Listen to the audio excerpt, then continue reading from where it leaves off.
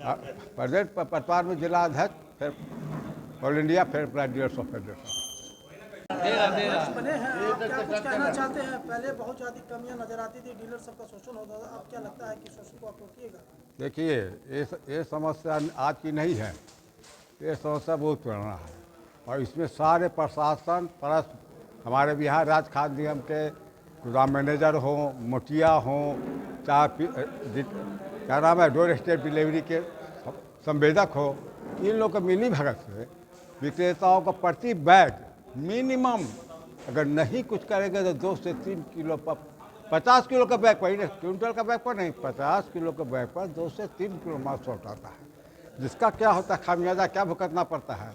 एक तो उनको माल कम मिलता है, बिस्तर में कठिनाई होती है, दूसरा क्या होता है तो बिस्तर नहीं हो पाता है तो अभी तो चला हुआ सिस्टम पॉस मशीन का, वो जो बिस्तर नहीं तो पॉस मशीन में विक्रेता के माथे पर ओवरलोड होता चला जाता है, जो कि होते होते किसी का संगठन के माध्यम से आप अध्यक्ष हैं संगठन के, हाँ। समस्तीपुर के, क्या कुछ सुविधा मुहैया कराइएगा डीलर साहब? तो उम्मीद तो ही करते हैं कि विक्रेता का सहयोग रहेगा, तो विक्रेता के सहयोग के साथ हम इस पर पूर्व में भी हम यहाँ के थे करते हैं, आज भी हम नया तरीके से ऑल इंडिया में आए हैं और मैं उम्मीद करता हूँ कि विक्रेता का सहयोग रहा तो मैं पूर्व में भी लड़ाई लड़ता रहा हूँ और मैं फिर पुनः लड़ता रहूँगा। क्या नाम है? मेरा नाम है अशोक कुमार सिन्हा। कार्यक्रम को लेके कुछ जानकारी?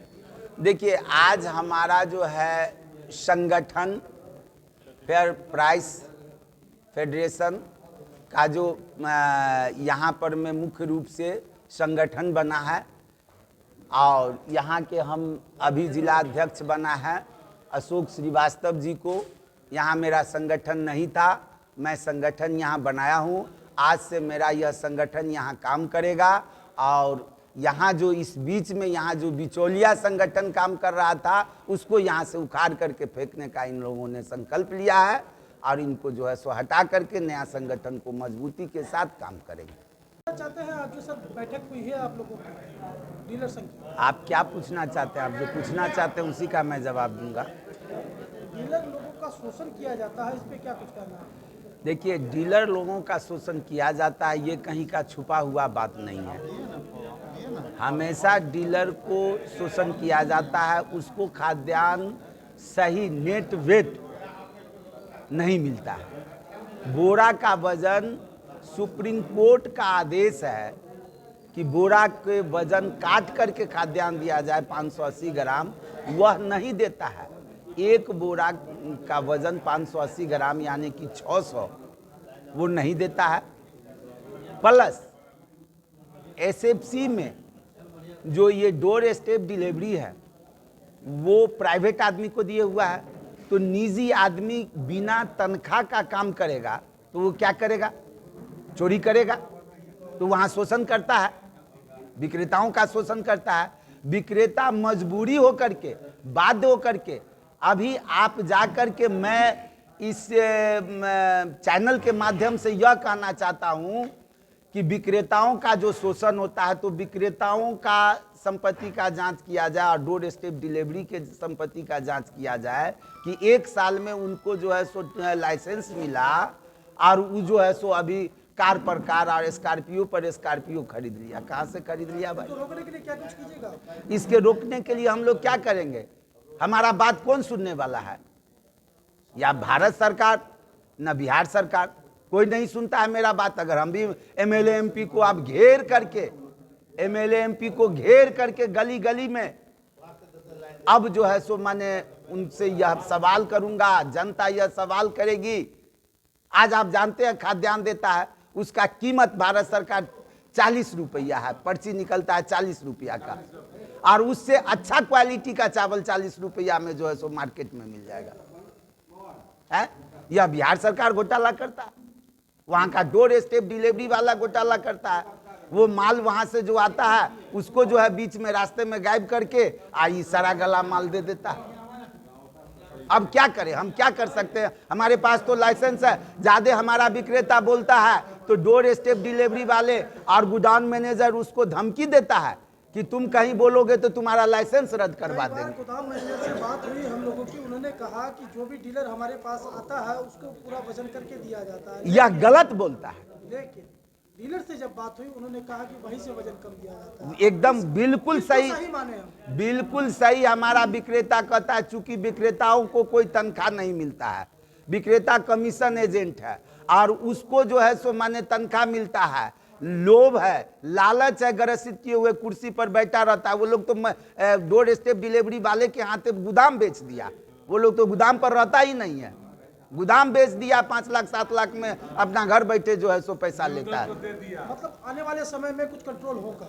आने वाले समय में मैं आशा करता हूं अगर सरकार यह नहीं कंट्रोल करवाएगी, एसएफसी पर नहीं लगाम कसेगी, तो यह इसका जवाब जनता मुंह तोड़ जवाब देगा इसको चुनाव के माध्यम क्या से। नाम है सर? मेरा नाम हुआ Ram Babu Paswan, fair price dealer association उपाध्यक्ष पटना। क्या आप लोगों ने इन बातों को लेकर किया?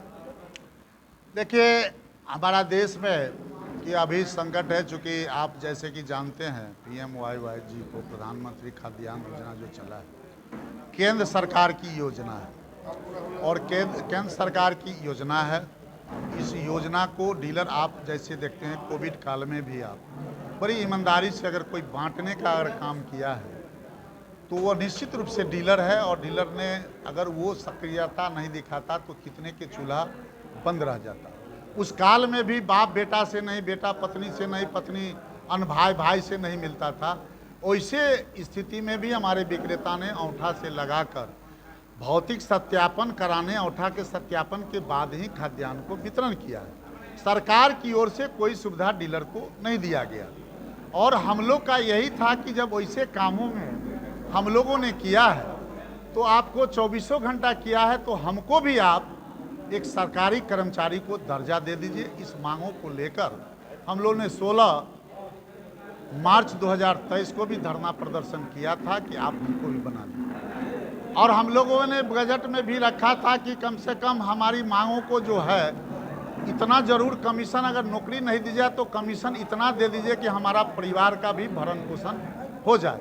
लेकिन 2023 का जो बजट आया उसमें हमारे लिए कुछ नहीं हुआ। इसके लेकर हम लोग सभी जगह हम लोग संगठन को दुरुस्त कर रहे हैं, बना रहे हैं, और 11 जनवरी 2024 को हम लोग पूरे भारतवर्ष के डीलर्स प्रतिनिधियों को दिल्ली कूच करने की तैयारी में आज हम लोग आए हैं। पंचायत में एक बड़ा सवाल बना रहता है, आधा किलो जो डीलर राशन कम देते हैं, लेकिन उनके साथ भी एक बड़ी परेशानी होती है, जहां से राशन उनको मिलता है कोरे में या कहिए कि गाड़ी में लाद के वही राशन कम मिलता है, ऐसा डीलरों का कहना है। डीलरों तो ये का कहना, कैसे खत्म कीजिएगा इसको देखिए, इस पर हमारा अगर उसमें कहा जाए तो ये बिचौलिया और जो डोर स्टेप वाले हैं उनकी मिली भगत से हमारे विक्रेताओं को अलग अलग तोड़ दिया गया। जब ऑलरेडी दिया गया है, प्रशासन को लिखा कि डोर स्टेप डिलीवरी के तहत हमको वितरण हमारे दुकान पर उसको लेकर जाना है। हमारे कुछ विक्रेता उसको तौलाते नहीं हैं, और जो तौलाते हैं और मिली जुली के जो बिचौलिया के मिली भगत के चलते इनका शोषण हो रहा है। और जिस दिन डीलर अपने स्वतः जागृत हो जाएं और अपने दुकान पर तौला कर लेना शुरू कर दें, उसी दिन ये दूर हो जाएगा। क्योंकि हमारा राइट है कि हम अपनी दुकान पर ही तौला कर लें। तो इसके शोषण को भी खत्म करने के लिए आप लोग को कुछ वार्ता कर रहे हैं सरकार से बराबर लिखे हैं, सरकार को लगातार लिख रहे हैं कि इसमें सरकार ने एक बनाया है कि हमें ये जो है बनाकर यहाँ पर डोर स्टेप डिलीवरी के लिए बनाया गया था कि पहले हम लोग उसको चार्ट बना दिया जाता है। एक बिचौलिया कैसे खत्म होगा? खत्म होगा जब हम संगठित होंगे। संगठित होने के साथ सभी डीलरों को इकट्ठा करके जब लड़ाई लड़ेंगे तभी खत्म होगा। वैसे कभी खत्म होने नहीं देना चाहेंगे बिचौलिया। इसके लिए हाँ बोला जाए, कुछ कमीशन का भी मामला था आप लोगों का? कमीशन का मामला था। हम लोगों ने रखा था कि आपका जो हमको 2-3 माते रखा था इनसे। पहला रखा था कि हमको सरकारी सेवक का दर्जा दे दीजिए, अगर उसमें भी आपको कोई परेशानी होती है, उसमें भी अगर हो तो एक मानदेय आप तय कर दीजिए, 55,000 के आसपास आप मानदेय तय कर दिए। और उसमें भी आपको दिक्कत है कि कमीशन पर ही हम आपको रखेंगे। एक सम्मानजनक विधवा कमेटी ने रिपोर्ट किया था कि 1 कुंटल पर 460 रुपया इनको कमीशन दब दीजिएगा, तभी भरण पोषण होगा। और उस पर हम लोगों ने मांग रखा है कि 300 यूनिट पर ही हमको खाद्यान्न यानी 150 कुंटल सामान मिलेगा। 4 चौका 60,000 से 65,000 हमको खाद्यान्न कमीशन मिलेगा, उससे हमारा परिवार चलेगा।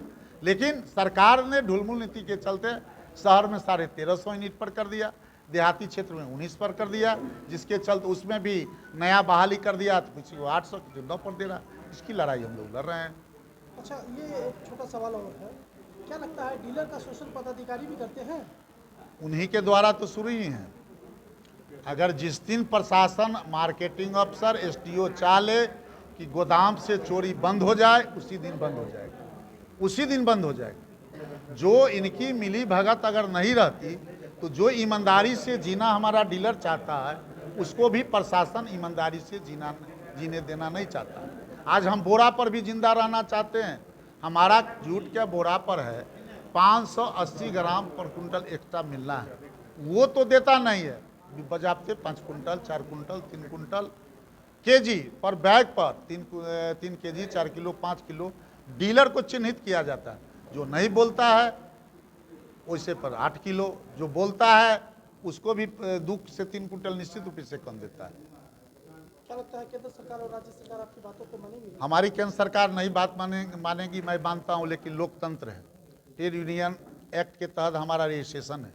लोकतंत्र तभी जिंदा रहेगा, हम तभी जिंदा रहेंगे जो लगातार जब तक हमारा पीडीएस सिस्टम चलता रहेगा, हम लोग सरकार से मांगते रहेंगे।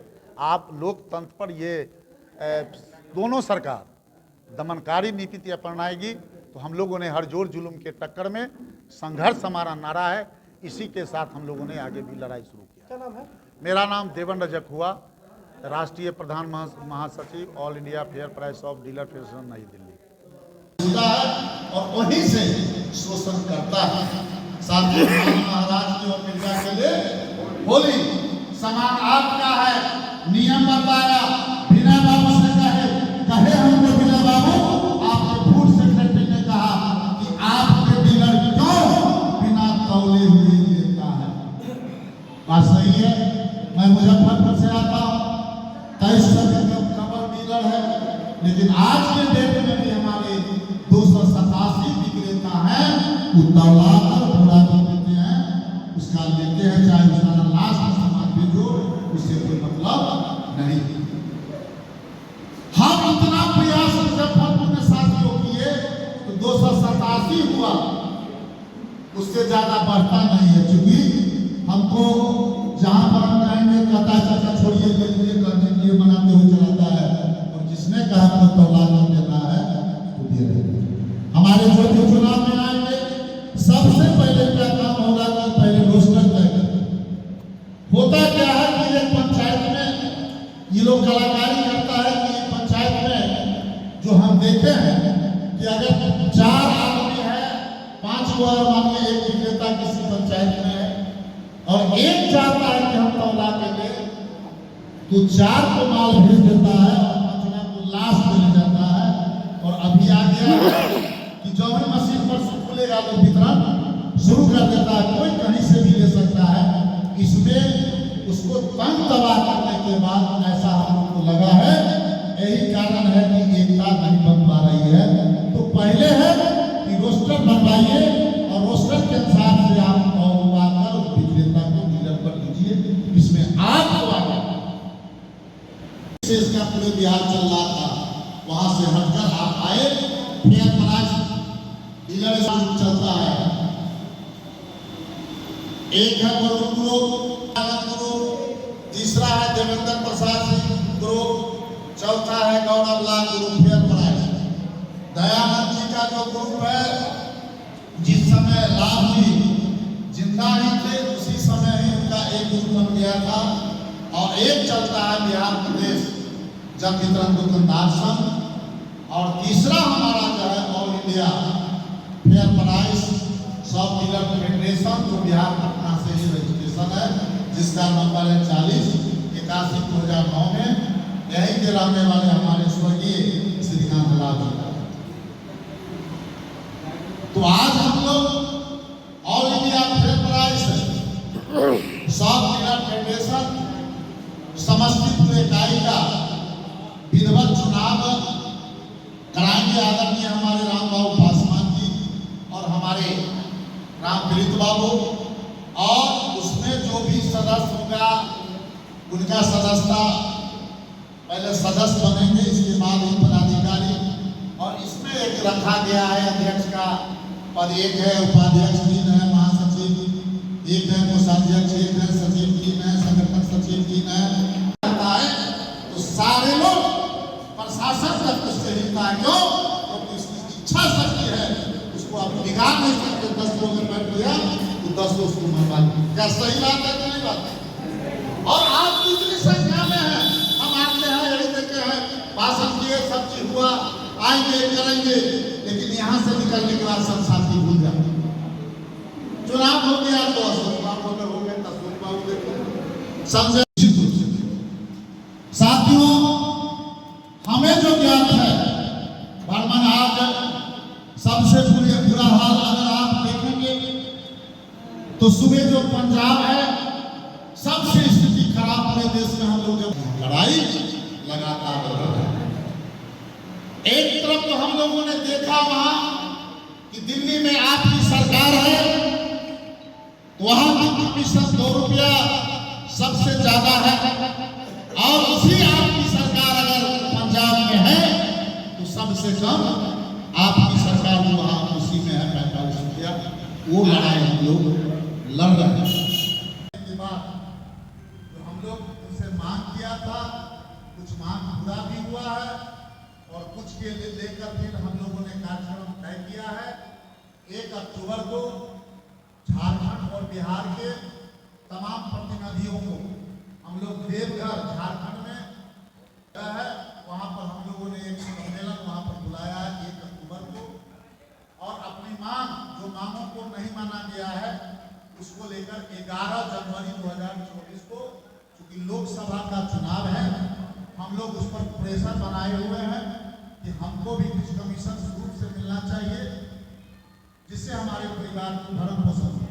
साथियों, हम लोगों ने 10 मांग रखा था, उसमें पहला मांग आदरणीय श्री कांतलाल जी, स्वर्गीय श्री कांतलाल जी ने जो रखा था, आज भी बायलॉज है उसमें है, उनका है कि सभी डीलरों को सरकारी सेवक घोषित करो, इसलिए हमारा मांग छूटा नहीं है। हमने पहला मांग जो दिया था 16 मार्च को, इसमें था कि 1 नेशन 1 कमीशन के तहत भारत के सभी जन वितरण विक्रेताओं को सरकारी सेवक घोषित करो, पहला था। और अगर सरकारी सेवक घोषित करने में कोई बाधा का मतलब, बहुत हमारे विक्रेता 80 साल के हो गए, कोई 65 साल के हो गए हैं, उसकी नौकरी में कोई आयु सीमा है, अगर उसमें कुछ बाधा होती है, सरकारी सेवक होने में कोई बाधा होती है, तो हमको 35,000 रुपया विक्रेता को, उतना ही 15,000 खोलने वाले को, और 5,000 जो आपका मेंटेनेंस चार्ज है, मिलाकर 55,000 मांग दे दिया जाए। अगर उसमें भी बाधा, विक्रेताओं को, प्रत्येक विक्रेताओं को 3,000 यूनिट आवंटन करके प्रति कुंटल के हिसाब से 460 रुपया